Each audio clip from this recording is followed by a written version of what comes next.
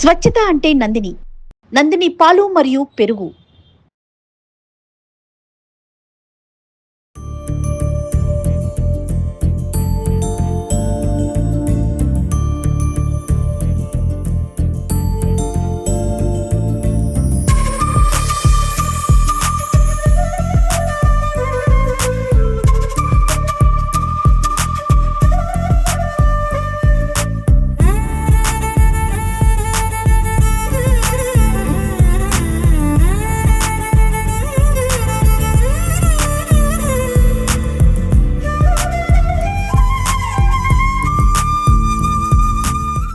Nandini milk సమర్పించి Ugadi special programme కి స్వాగతం. నమస్తే రమగారు. నమస్తే జయ. రమగారు, ఉగాది శుభాకాంక్షలు. ఉగాది శుభాకాంక్షలు జయ. మీకు కూడా సుమన్ టీవీ ప్రేక్షకులందరికీ ఉగాది శుభాకాంక్షలు. ఉగాది పచ్చడి గురించి మాట్లాడుకున్నాం, ఉగాది విశిష్టత మాట్లాడుకున్నాం. ఉగాదికి కొన్ని వంటకాలు ప్రత్యేకించి చేసుకుంటాం. పచ్చడితో పాటుగా ఒక్కొక్క ప్రాంతంలో ఒక్కొక్కటి చేస్తారు. ఇక్కడ భక్ష్యాలు అంటారు, మనం బొబ్బట్లు అంటాం. మరి నందిని నెయ్యి వేసి స్వచ్ఛంగా పవిత్రంగా బొబ్బట్లు చేసేసుకుందాం. ఏమంటారు? నేతి బొబ్బట్లు చేద్దాం. Yes, okay. పండుగ అనగానే ఒక ఆధ్యాత్మిక భావన వస్తుంది కదా రమ్మగారు. అంతే కదా. అన్నీ కూడా చాలా పవిత్రంగా ఉండాలి, స్వామి వారికి చక్కగా నివేదించాలి, స్వామికి అంతా మంచి జరగాలని కోరుకుంటాం. అంతే స్వచ్ఛతకి మారిపోయి నందిని నెయ్యి. ఓకే, నందిని నెయ్యి వాడేసి మీ ఇష్టం వచ్చినట్టు ధారాళంగా పోసేసి బొబ్బట్లు చేద్దాం. మీరు ఏదైనా వండేటప్పుడు ధారాళంగా ఉప్పు కారం వేసుకోవాలి. రుచిగా ఉండాలంటే నెయ్యో నూనె మనం ఏం వాడతామో ఆ వాడే పదార్థాన్ని విసురుగా వేస్తేనే కదా రుచి. మామూలు రోజుల్లో బోళ్ళంతా చేస్తాం డైటింగ్. పండగ రోజుల్లో డైటింగ్ ఎందుకు చేయటము?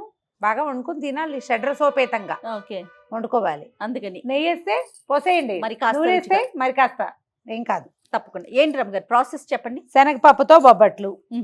మహారాష్ట్ర అక్కడ కందిపప్పుతో కూడా చేసుకుంటారు. మా సత్యవతి వాళ్ళైతే బొబ్బరి పప్పుతో కూడా బొబ్బట్లు చేస్తారట. అది కొంచెం ఇబ్బంది పెడుతుందని నాకు డౌట్, అందుకని నేను అది పెట్టుకోలే. శనగపప్పు బొబ్బట్లు చేసుకుందాం. మామూలుగా శనగపప్పు ఉడకబెట్టడం, నానబెట్టడం, ఉడకబెట్టడం. ఎన్ని అవర్స్ అంటే ఎన్ని గంటలు నానబెట్టాలి? కనీసం 1 గంట నానబెడితే చాలు. శనగపప్పు శుభ్రంగా 2-3 సార్లు కడిగేసి ఒక 30 గంట అయినా సరే కాసి నీళ్ళు పోసి పక్కన పెట్టండి. కొంచెం నానింది మృదువుగా ఉడుకుతుంది, అంతకంటే ఏం లేదు. ఇది వరకటి రోజుల్లో ఏం చేసేవాళ్ళు కాదండి, కడిగేసి పొయ్యెక్కిచ్చేసేయటమే. అప్పటి పొయ్యిలు ఏమిటి, నిదానంగా మంట మీద కుంపట్లో ఉడికే బాగా ఉండేది. ఇప్పుడు మనది గ్యాస్ స్టవ్ కదా, రయ్యమని వచ్చేస్తుంది. కుక్కర్లో పెడితే క్షణాల్లో సీటీ వచ్చేస్తుంది. నిదానాలు లేవు కదా, అందుకని కొంచెం నానబెడితే 1 గంట నానబెట్టి తర్వాత కుక్కర్లో పెట్టిద్దాం. ఎలా చేయాలంటే ఇప్పుడు మనం 1 గ్లాసు చేయదలుచుకుంటే శనగపప్పు బాగానే వస్తాయి. 1 గ్లాసు శనగపప్పు అనుకోండి, ఏ గ్లాసు కొలైనా తీసుకోండి. అదే గ్లాసు బెల్లం 1 గడ్డ అంత మాత్రం వేయండి. పైన మీరు పంచదార కూడా వేసుకోవచ్చు. ఒకవేళ మీకు చాయిస్ ఉంటే 2 స్పూన్లు పంచదార వేసుకోవచ్చు, లేకపోతే 1 బెల్లం గడ్డ అంత ముక్క ఎక్స్ట్రా వేయటం. బెల్లము శనగపప్పు. అక్కడి నుంచి దీనికి పైన తోపు పిండి పెట్టుకుంటాం కదా. మామూలుగా మనం ఏం చేస్తామంటే మైదా పిండితో చేసుకుంటాం ఎక్కువగా బొబ్బట్లు. పైన పూత మైదా పిండి పెడతాం. తెలంగాణలో ప్రత్యేకంగా భక్ష్యాలని గోధుమ పిండే పెడతారు. లాస్ట్ టైం మన ఛానల్లో బోల్డ్ వీడియోలు ఉన్నాయి, అన్ని ఛానల్స్లోనూ ఉన్నాయి బొబ్బట్ల తయారీ నేను చేసినవే. అప్పుడు మనం మైదా పిండితో చేసాం. ఈసారి గోధుమ పిండితోటి మరింత హెల్తీగా, పిల్లలు కూడా 1-2 తిన్నా పర్వాలేదు. మైదా అంత హెల్తీ కాదనుకుంటాం. మైదాతోటి వీలైనప్పుడు అప్పుడప్పుడు 1 ఇన్ ఎ వైల్ తినచ్చండి, అంత ముట్టుకోకూడని పదార్థం కాదు. కాకపోతే ఇక అదే పనిగా అదే తినద్దని అంతే. గోధుమ పిండితోటి చేసుకుందాం. ఏ కప్పు శనగపప్పు అనుకున్నామో దాంతో కనీసం 2 కప్పుల గోధుమ పిండి కలిపి పక్కన పెట్టుకోండి. గోధుమ పిండి కలిపేద్దాం ఫస్ట్. దీన్ని నీటిలో నీళ్ళు పోయి పెట్టుకున్నాక ఏం చేయాలి రమ్మగారు? చెప్పండి, ప్రాసెస్ చెప్పండి ఒకసారి. ఇంకా అది కూడా చెప్పేసి మొత్తం చెప్పేసి అప్పుడు స్టార్ట్ చేద్దాం. పప్పు ఉడకబెట్టాలి. ఉడకబెట్టిన పప్పుని కొంచెం చల్లారనిచ్చి గ్రైండ్ చేసేయండి, మెత్తగా అవుతుంది పిండిలాగా. అప్పుడు బెల్లం కొద్దిగా కరగబెట్టి ఈ పిండిని అందులో పోసి బెల్లము పిండి ఈ శనగపప్పు పిండి బాగా కలిసి దాన్ని చిక్కగా గట్టిగా ముద్దయ్యేదాకా ఉడకనివ్వాలి. ఉడికిన తర్వాత అందులో కొంచెం ఏలక పొడి వేసి పక్కన పెట్టుకోండి. అది చల్లారాలి, ముద్దలు చేయాలి. ఈ లోపల మనం ఏం చేస్తాం అంటే గోధుమ పిండిని అందులో కొంచెం బొంబాయి రవ్వ వేయండి. ఈ మాత్రం ఓకే. 2.5 గ్లాసులు 2 వేస్తాం కదా, 2 స్పూన్ల బొంబాయి రవ్వ వేసి చిటికెడు పసుపు ఉప్పు వేసేసి కొంచెం నెయ్యి వేసి, ఇప్పుడు మనం నేతి బొబ్బట్లు చేస్తున్నాం కాబట్టి నెయ్యి వేసుకుంటున్నామండి. అది కూడా నందిని వారి నెయ్యి మన దగ్గర ఉంది. మీరు నూనె కూడా వేసుకోవచ్చు. నూనె వేసి కలుపుకోవటమే. నెయ్యి ఉంటే బెస్ట్. కలిపి పక్కన పెట్టుకుంటామా. ఇప్పుడు ఈ పప్పు చల్లారి మనం పాకం చల్లారి ఉండలు చేసుకున్నాక కొంచెం గోధుమ పిండి తీసుకోవటం, ఇది అందులో పెట్టడం, కవర్ చేయటం. ఈజీగా ఒత్తేసి కాల్చేసుకోవటం, అది కూడా నెయ్యి వేసి కాల్చుకుంటే బాగుంటుంది. ఆ తర్వాత మనం తక్కువ నేతితో కాల్చామనుకో పక్కనే నెయ్యి పెట్టి నేతిలో ముంచుకుని తినచ్చు బొబ్బట్లు. అవును. అదే మనం ఏమంటాం భక్ష్యాలు. లేదా పాలల్లో ముంచుకుని తిన్నా కూడా బాగుంటుంది. మైదా పిండి అయితే పాలల్లో ముంచుకోలేము. గోధుమ పిండితో చేసినవి చిక్కటి పాలు రబడీ లాంటివి చేసి పక్కన పెడితే అద్దుకుని తింటే ఎక్సలెంట్ గా ఉంటుంది, చాలా బాగుంటుంది. తప్పకుండా. ఓకే, ఇప్పుడు చేసేద్దాం. శనగపప్పుని కడిగి నానబెట్టి పక్కన పెట్టుకుందాం. ఓకే అండి. ఇంకేం పిండి వంటలు చేస్తారు అమ్మగారు? నేనా మామూలుగా ఉగాది అప్పుడు గారెలు, బూరెలు, పాయసము, పులిహోర, బొబ్బట్లు, సొజ్జప్పాలు లాంటివి ఇవే ఎక్కువగా చేసుకుంటాం. చక్కెర పొంగల్ చేసుకుంటాం, రవ కేసరి ఒకటి చేస్తాము. నెక్స్ట్ టైం నేను రవ కేసరి డిఫరెంట్గా చేస్తాను, మామూలుగా మనం చేసేది కాకుండా కొంచెం కొత్త రకంగా చేసి చూపిద్దాం. తప్పకుండా. 2 గ్లాసులు గోధుమ పిండి, ఇందులో కొద్దిగా బొంబాయి రవ, ఓకే ఓకే, ఒక చిటికెడు పసుపు చాలు కదా, పండి ఇంకొంచెం వేయచ్చు, చాలు. ఒక చిటికెడు ఉప్పు ఓకే వేసి కొద్దిగా నెయ్యి వేసి, ఒక స్పూన్ నెయ్యి వేయండి చాలు, స్పూను 2 స్పూన్ల నెయ్యి వేసి పిండి కలిపేసుకుందాము. కొద్దిగా గోరువెచ్చటి నీళ్ళతోటి కనుక కలిపితే ఈ పిండి బాగా సాగుతుంది. మరి హాట్ వాటర్ కాదు, జస్ట్ కాస్త వేడి నీళ్ళు అయితే బాగానే ఉంటుంది. పెడదామా మరి? పొయ్యి మీద పెట్టమంటారా? పర్వాలేదు, మనం కొంచెం టైం మామూలుగా ఇది ఒక టిప్గా చెప్తున్నాను. అది నిలవ ఉండి 1 గంట నానేసరికి వేడి నీళ్ళతోటి ఇంకా బాగా నానుతుంది. దీన్ని మొట్టమొదట గోధుమ పిండే కలిపి పెట్టుకోవాలి జయ, ఎందుకంటే ఇది నానుతుంది కదా మన ప్రాసెస్ మొత్తం. ఇది ఏంటంటే మన చపాతీ పిండి కంటే 1 రవ్వ లూజ్గా కలుపుకోవాలి, 1 రవ్వ లూజు, ఎందుకంటే ఇది స్ప్రెడ్ అవ్వాలి. పరోటాలు అవి స్టఫ్డ్ పరోటాలు చేస్తాం కదా, అవును, దానిలాగా. మీకు ఈ నీళ్ళ కొలత కూడా కావాలంటే 1 గ్లాసు అలా పడతాయి నీళ్లు, గ్లాసు బాతిగా పడతాయి. ఓకే, అలా కొలత పెట్టుకోవద్దు, సుమారుగా చూసుకోవాలి. మన గోధుమ పిండి కంటే మన రొట్టెల పిండి కంటే కొంచెం లూజ్గా ఉండాలి. ఈ మాత్రం లూజ్ కలుపుకోవాలి. ఇంత లూజ్గా కలుపుకుంటే మనకి పని అయ్యేసరికి ఇది చక్కగా సెట్ స్ప్రెడ్ కావాలి, ప్రధానమైంది అది కదా. దీనికి ఏం చేద్దామంటే ముందు మనం పిండిలో కొంచెం నెయ్యి వేసామా, పైన కూడా కొద్దిగా నెయ్యి కానీ నూనె కానీ వేసి, ఇప్పుడు మనం నేతితో చేసుకుంటున్నాం కాబట్టి నెయ్యి వేసుకుందాము. ఒక్కొక్క చోట దీన్ని నెయ్యిలోనే లేదా నూనెలోనే నానబెట్టే పద్ధతి కూడా ఉంటుంది, కొన్ని ప్రాంతాల్లో అలా కూడా చేస్తారు. ఎంత నానితే అంత బాగా వస్తుంది అనమాట. దీన్ని ఇది కొంచెం జిగురుగా ఉంది కదా, కొద్దిగా నెయ్యి దీని మీద స్ప్రెడ్ చేసి పక్కన పెట్టేసి దీన్ని మూత పెట్టి పక్కన పెట్టేద్దాం. 1 గంట సేపు వదిలేస్తే కనీసము బాగుంటుంది. మీరు 2-3 గంటలు నాననిస్తే మరీ బాగా కుదురుతుంది. మీ టైం ప్రకారం మొదట ఇది కలిపేసేయాలన్నమాట. ఓకే, మూత పెట్టి పక్కన పెడదాం. గోధుమ పిండి మూత పెట్టి పక్కన పెట్టాం. ఇందాక నానబెట్టిన శనగపప్పుని కుక్కర్లో పెట్టాము, ఒక 6 విజిల్స్ తప్పించి దాని ప్లేట్లో పోసేసాం. నీళ్లు వంచేసేయాలి, ఎక్కువ నీళ్లు ఉంచకూడదు. ఒకవేళ మీకు నీళ్ల కొలత అనుమానం ఉంటే ఏ గ్లాస్తో శనగపప్పు తీసుకున్నామో దాంతో 2 గ్లాసులు నీళ్లు పోస్తే చాలు. 6-7 విజిల్స్ రప్పిస్తే ఇది పప్పు షేప్ ఉంటుంది కానీ మెత్తగా అయిపోతుంది. చూడు, అవునండి కదా. 2-3 పద్ధతులు ఉన్నాయి. మనం సింపుల్ గా ఏం చేద్దామంటే ఈ ఆరిపోయిన పప్పుని చక్కగా మిక్సీలో వేసేసి మెత్తగా పిండి చేసేద్దాం. ఓకే ఓకే, ఈ లోపల నువ్వేం చేస్తావంటే మూకుడు పెట్టి బెల్లం పెట్టుకుందాం. ఇది 1 గ్లాసు పప్పు కదా, గ్లాస్ మీద ఒక ఇంత బెల్లం ఎక్స్ట్రా వేసుకుందాం, ఎందుకంటే చప్పగా అయిపోతుంది గోధుమ పిండి వల్ల. ఓకే, ఇది గ్రైండ్ చేసేద్దాము. ఇది మెత్తగా గ్రైండ్, ఎంత మృదువుగా చేస్తే మనకి భక్ష్యాలు అంత సాఫ్ట్ గా వస్తాయి, దీంట్లో బద్దలు ఉండకూడదు. ఓకే, ఇది మిక్సీ చేసుకునే లోపు మనం పాకం పెట్టుకుందామా? మనం ఒక కప్పు మీద కొంచెం అని చెప్పాం కదా, ఇది కరెక్ట్గా మీరు ఏ కొలత చేస్తే ఆ కొలత. 1 స్పూను నీళ్ళు వేసాను అంతే, ఊరికే. అది కొంచెం తడి జస్ట్ మనం అది వేసే లోపల పప్పు వేసే లోపల ఇది నల్లబడిపోకుండా ఉండడానికి అంతే. కొంచెం అటు ఇటు కదిపితే మనకి ఇది కరిగిపోతుంది. 1 స్పూన్ పంచదార వేసుకుంటే ఈ ప్రాసెస్ స్పీడప్ కూడా అవుతుంది అనమాట. ఒకవేళ కావాలంటే మీకు అభ్యంతరం అయితే వేసుకోవద్దు, లేదనుకుంటే ఇది కొంచెం కరగంగానే ఇది మనకి బెల్లం చూసుకోండి, బెల్లంలో కనుక రాళ్ళు గీళ్ళు ఏమీ లేకుండా ఉంటే మనకి ఏ ప్రాబ్లము లేదు. ఇంకేం చెయ్యక్కర్లేదు, దీన్ని వడబోయటాలు వ్యవహారాలు ఏమీ లేదు. దీంట్లో 1 స్పూన్ నెయ్యి వేస్తాను, కొంచెం కదుపు, నేను ఈ పిండి వేసేస్తాను. పట్టుకో, చూడు కరిగిపోతుంది. అవును రమ్మ గారు, బెల్లం చాలా పెద్ద పాకం రావాలన్న ఆలోచన ఏం చెయ్యక్కర్లేదు. జస్ట్ కరిగితే చాలా. మన దగ్గర ఇదివరకు ఏం చేసేవాళ్ళం అంటే అలా కూడా చేసుకోవచ్చు. పప్పు బెల్లము కలిపి ఉడికించటము, పాకం వచ్చాక తీసేసి బాగా కుమ్మేసేయటం దాన్ని. అవసరమైతే గ్రైండ్ చేసుకోవటం చేసేవాళ్ళం. ఆ పాకం గ్రైండ్ చేయకుండా నేను ఈ పని చేస్తాను అనమాట. ఓకే. నెయ్యి వేయగానే ఎంత కమ్మటి వాసన, బెల్లానికి నెయ్యి తగిలేసరికి చూడండి. కదిపే చక్క ఇందులో తడేలాగా ఉంటుంది కదా. అవునండి. అది ఇది కలిసి తొందరగా వచ్చేస్తుంది అనమాట. ఇది స్పీడ్గా అయిపోతుంది. కొంచెం చిన్న గరిటె తీసుకోండి, స్పీడ్గా చెయ్యి ఆడించండి చాలు. ఈ పిండి తగిలేసరికి ఆటోమేటిక్గా ఈ పాకం సెట్ అయిపోతుంది. గరిటె మార్చుకుంటారా రమ్మగారు? చిన్న గరిటె ఇవ్వనా? కొంచెం చిన్నది, అది అట్ల కాడ కదా. అవునవును. అలా కాకుండా గరిటె లాంటిది అయితే అది ఈ బెల్లం కొద్దిగా చిన్న చిన్న గడ్డ ఉందిగా, అది ఒక్క నిమిషంలో వేడి వచ్చేస్తుంది. గరిటెలు కూడా చాలా ప్రధానం అండి. దేనికి ఏది వాడాలో అదే వాడాలి. నేను చిన్న స్పూను చిన్నది పట్టుకుంటారు. ఇది చూడు, నీ మాట విందు. ఈ గరిటె దీనికి ఓపిక లేదు.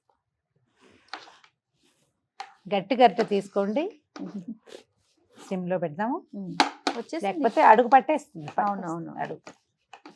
ఈ బెల్లం ఇంకా రాళ్ళు ఉన్నాయి చూసుకోండి. రాళ్ళు గనక కాస్త బెల్లం గట్టిగా ఉంటే దాన్ని కరిగిపోనిచ్చి పిండి వేసుకుంటే మీకు ఇంకా వీలుగా వచ్చేస్తుంది నిమిషంలో.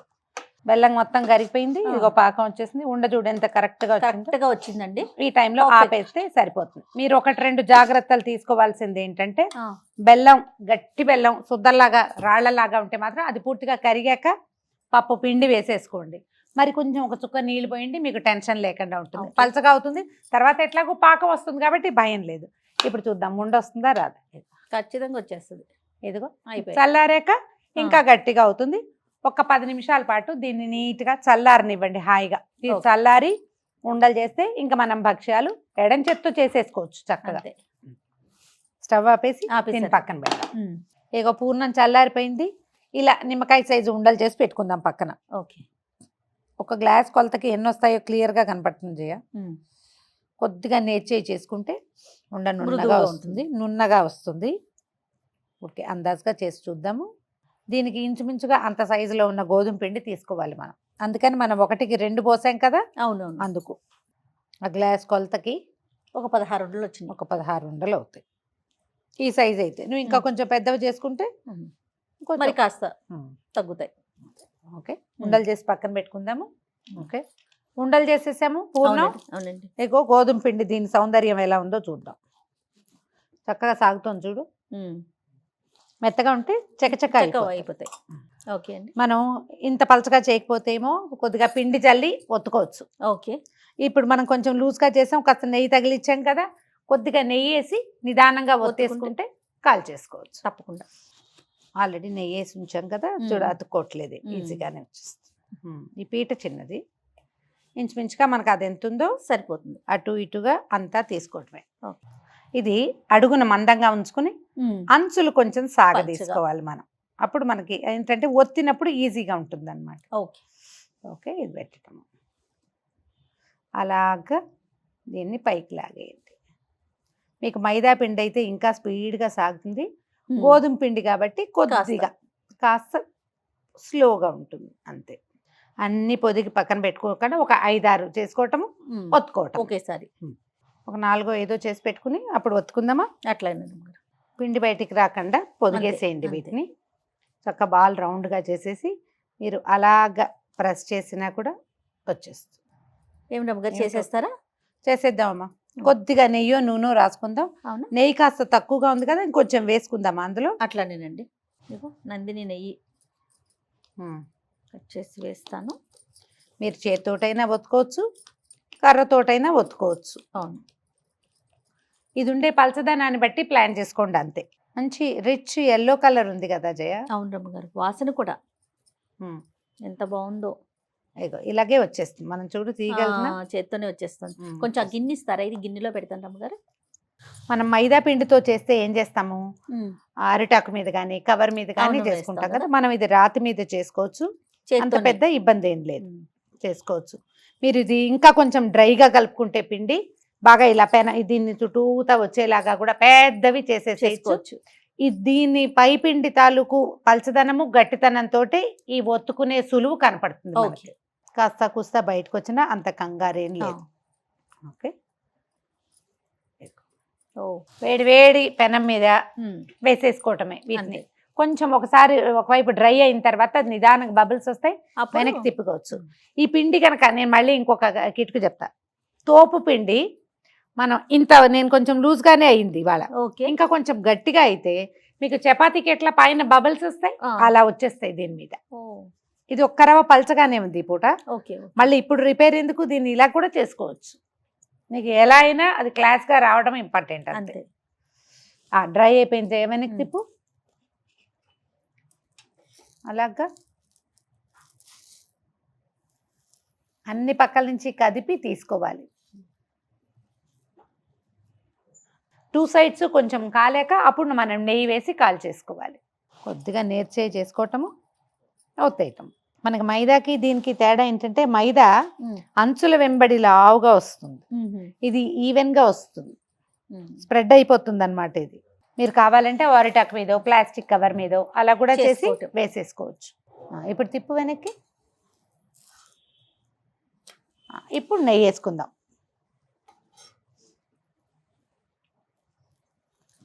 ఈ పై ఎత్తును కూడా రాస్తే వాసన చాలా బాగుంటుంది. ఒకదాని వెనకాల ఒకటి జుడు పొంగుతుంది, వత్తటం కాల్ చేసుకోవటం. ఇద్దరుంటే బాగా కంఫర్టబుల్గా అవుతుంది. సుజ్జప్పాల్లాగానే అంతేగా. మన గాలికి కొద్దిగా పూర్ణం డ్రై అవ్వకుండా చూసుకోండి. దాని మీద మూత పెట్టుకుంటే బాగుంటుంది. ఊర్లలో కర్రబొబ్బట్లని చేసేవాళ్ళు. అంటే ఇదే పిండి కర్రతో టకటకటక ఒత్తేయటానికి అనమాట. ఒత్తేసి కాల్చుకుంటారు. ఇక్కడ కూడా మనకి వృక్షాలు తెలంగాణ ప్రాంతాల్లో అంతా కూడా కర్రతో చేస్తారా? కర్రతో నెయ్యి వేస్తారా? తిరిగి ఇంకొకసారి వేసి దీన్ని పల్చగా చేయాలంటే ఇది చేయి తిరగటము ఒకటి 2 సార్లు మందంగా వస్తాయి. క్రమంగా మనకి పల్చగా చేయడం వచ్చేస్తుంది. చేయని వస్తుంది. 2-3 సార్లు చేసేసరికి వచ్చేస్తుంది. ఈ పై పిండితోటే ప్రధానమైనది అనమాట. లోపలిది ఎంత మృదువుగా ఉంది, పైది ఎంత సాఫ్ట్ గా ఉంది, అంతే. పొంగుతుంది చూడండి, పొంగుతుంది. అదే చెప్పాగా. కాస్త ఆ చేయగా మీకు 2-3 సార్లు చేసేసరికి రౌండ్ గాను వస్తుంది, పొంగుతుంది కూడా. పర్ఫెక్ట్ గా పొంగుతుంది చూడు. నీకు కావాలనుకుంటే కొద్దిగా నేర్చుక. చిన్నప్పుడు ఏం చేసేవాళ్ళు తెలుసా, అరటి ఆకు మధ్యలో ఇలా దూట ఉంటుంది కదా, అరటి ఆకుకు మధ్యలో దాన్ని కట్ చేసి పెట్టి దాన్ని ముంచి దాంతో ఇలా రాసేవాళ్ళు. లైట్ గా అంటుతుంది, అసలు అంటుతుంది అనమాట. మనం ఇప్పుడు సిలికాన్ బ్రష్లు వాడుకుంటున్నాం కదా, పాత రోజుల్లో అరటి ఆకు తాలూకు ఆ కాడ ఉంటుంది కదా, దాన్ని కట్ చేసి పెట్టుకునేవాళ్ళు. నాకు ఆ సిలికాన్ బ్రష్ మీద కూడా భయం వేస్తుందా? మనం వేడి మీద పెట్టేస్తాము. నాకైతే ఆ అరిటాకు స్టెమ్ అంటేనే ఇష్టం. రమ్మగారు అవకాశం ఉండొద్దు. రైతు బజార్లు ఉంటే దగ్గరలో అరిటాకులకి ఏం కొదవా. మీరు అరిటాకు కావాలి అన్న ఇంటెన్షన్ ఉంటే అమెజాన్ లో కూడా అరిటాకులు దొరుకుతాయి. ఇలాగే అన్ని బొబ్బట్లు ఒత్తేసుకోవటం, కాల్చుకోవటం, చక్కగా రుచిగా తినేయటం. మీరు పాలతో తినదలుచుకుంటే పాలని స్టవ్ మీద బాగా మరగనివ్వండి. కొంచెం పంచదార, ఏలక పొడి, కుంకుమ పువ్వు. ఏలక పొడి అంటే గుర్తొచ్చింది, పూర్ణంలో మనం ఇందాక ఏలక పొడి వేసాం కానీ చెప్పలేదు. ఏలక పొడి వేసుకుంటే బాగుంటుంది. కుంకుమ పువ్వు, ఏలక పొడి, కొద్దిగా పిస్తా పప్పులు వేసి పాలను చిక్కగా మరగబెట్టాడు. చాలా మరీ రబడీలా చేయక్కర్లా, కొంచెం చిక్కగా చేస్తే చాలు. అది పక్కన పెట్టి ఈ బొబ్బట్లు చేతికిస్తే బొబ్బట్టు అందులో ముంచుకుని తింటే బాగుంటుంది. ట్రై చేసి ఉదయమే పచ్చడి చేసేసుకుని తర్వాత మనకి ఇష్టమైన పదార్థాలు చేసుకుని ఆ దేవుడి ముందు పెట్టి ఇష్టమైన దైవం ముందు పెట్టుకొని ఒక నమస్కారం పెట్టి అందరం బాగుండాలి, అందులో మేము ఉండాలని కోరుకుంటూ ఈ ఉగాది పండుగని చాలా చక్కగా ఆనందంగా సంతోషంగా జరుపుకోండి. మరి ప్రేక్షకులందరికీ మరొక్కసారి ఉగాది శుభాకాంక్షలు. వేసేయండి అమ్మగారు.